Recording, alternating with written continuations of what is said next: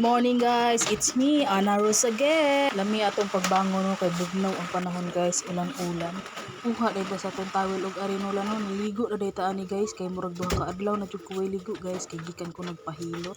Gikuha din ako ang akong mga paboritong lotion no, mao na sila akong lotion guys. Ang lotion dito guys no, kay para dili dry nga to ang skin. Mao din ni gamit nako na mga lotion guys. I have 3 kinds of lotion of SY Glow by Mother Lou. Maestra putian. Oh, baka naman Mother Lou, mapansin. Char. Ang ani ko naga-lotion guys no, ihalo dyan ako silang tulo. O ni ang ice cream lotion, whitening and moisturizing. Ang isa ka SY Glow hydrating and brightening lotion. Ang isa po SY Glow SPF ET triple whitening hand and body lotion instant white flawless. O din niya akong daily use no.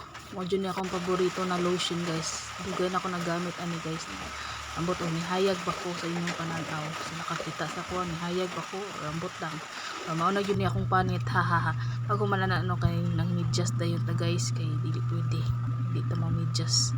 Dayon gamit po nako ang ilaha. Dili po ta pwede og dili ta mag sunscreen no. Gamit po nako ang ilang SY Glow sunscreen gel cream instant glass skin. Hindot kay ni siya guys, dili jud siya magbakas-bakas imuhang naong.